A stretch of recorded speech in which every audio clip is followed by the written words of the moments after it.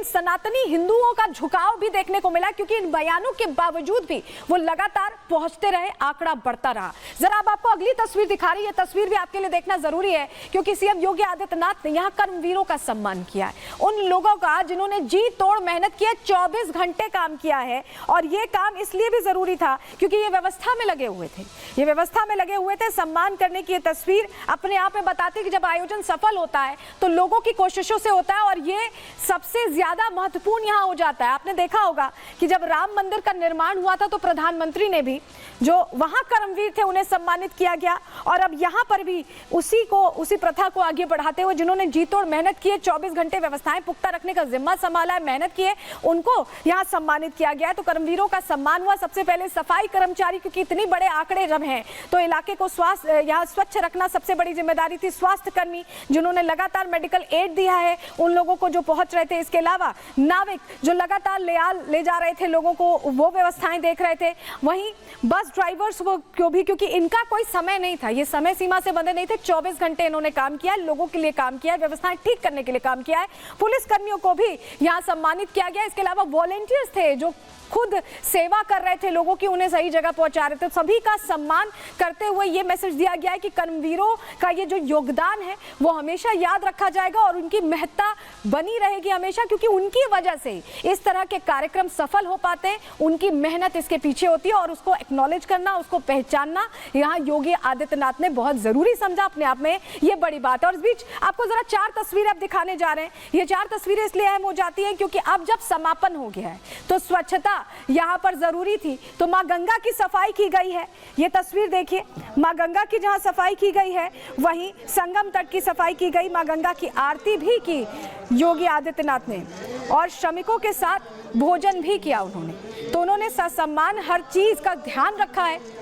आम जो एक नेता होता है वो जनता से जुड़ा होता है, जनता से बना होता है। और देखिए यहाँ उसी को यहाँ पर दिखाते हुए योगी आदित्यनाथ, क्योंकि वो सफाई भी कर रहे हैं और कर्मवीरों के साथ समय भी बिता रहे हैं, क्योंकि उन्होंने बहुत मेहनत की है और उसको सम्मान देना यहाँ योगी आदित्यनाथ ने जरूरी समझा। और इस बीच आप ये भी देखिए कि यहाँ पर 3 बड़े रिकॉर्ड संगम में जिस तरह से ये स्नान ध्यान हुआ है उसमें बने। महाकुंभ 2025 में 3 गिनीज वर्ल्ड रिकॉर्ड बन गए हैं।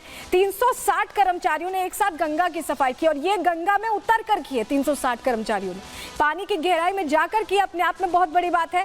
हैंड पेंटिंग में 10,102 लोगों ने भाग लिया। इसके अलावा 19,000 लोगों ने झाड़ू लगाकर, पूरे परिसर में वहाँ पूरा जो इलाका है उसमें झाड़ू लगाकर रिकॉर्ड बनाया। यानी स्वच्छता को लेकर कितनी ज्यादा प्रतिबद्ध है भारत सरकार, उत्तर प्रदेश सरकार, उसका भी यहाँ परिदृश्य देखने को मिला। और इसको लेकर देखिए 3 बड़े रिकॉर्ड भी बनते दिखाई दिए हैं। तो एक तरह से महाकुंभ ने बता दिया कि सनातन कितना सशक्त हो चुका है और इच्छा शक्ति हो तो ऐसे बड़े आयोजन किए जा सकते हैं। और यही वजह है कि महाकुंभ सालों साल सदियों तक याद भी किया जाएगा। और इस महाकुंभ के सनातनी आंकड़े ने यह भी बता दिया है कि कितना भी फेक नैरेटिव फैलाया जाए, जनता सब कुछ जानती भी है, समझती भी है। रिपोर्ट देखिए।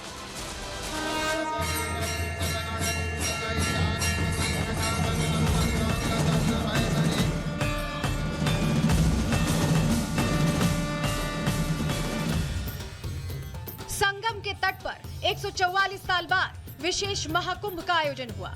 इस आयोजन से सनातन शिखर पर पहुंचा। पीएम मोदी और सीएम योगी की इच्छा शक्ति के दम पर 66 करोड़ हिंदू एक शहर में जुटे, आस्था की डुबकी लगाई और वो कीर्तिमान गढ़ दिया जो इंडी गठबंधन के लिए बड़ा सरदर्द बन गया।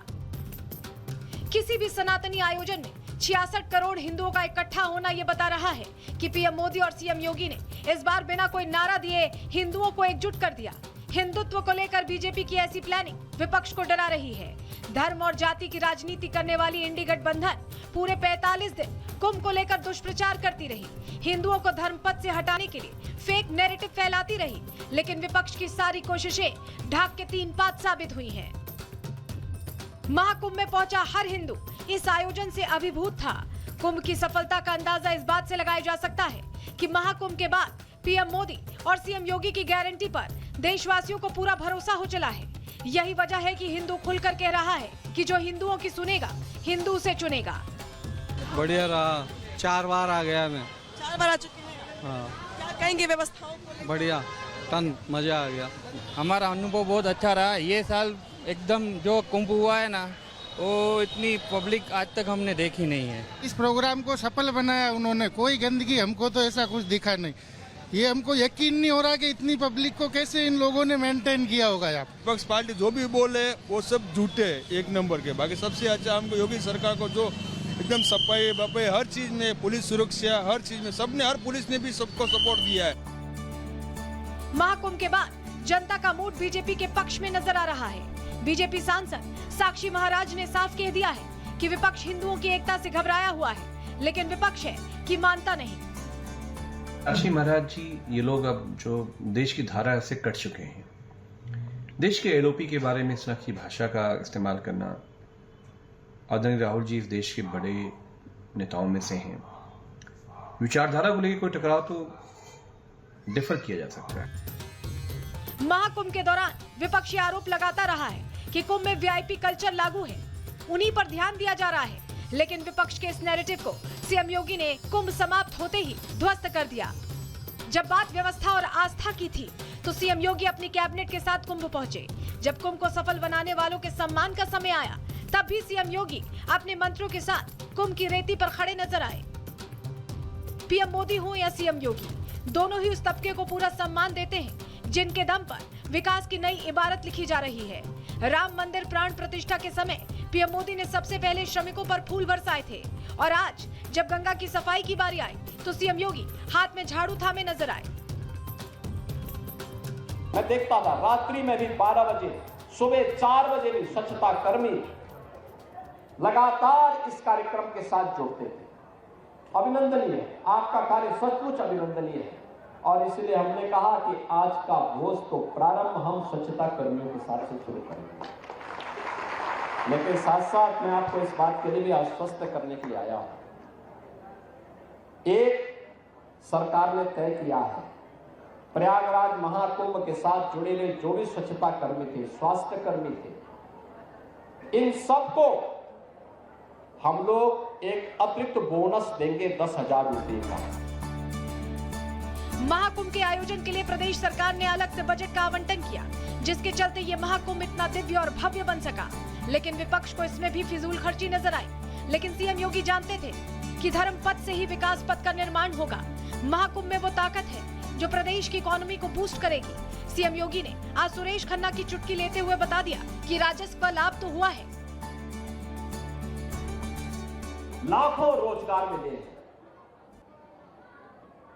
उत्तर प्रदेश की अर्थव्यवस्था में एक नया आयाम छूने के लिए उतावला दिखाई दे रहा है। कौन नहीं आया, किसने नहीं किया? शिवालिक पार्क नगर निगम ने बनाया, जितना इन्वेस्ट किया था उससे कई गुना उसने मुनाफा कमा लिया।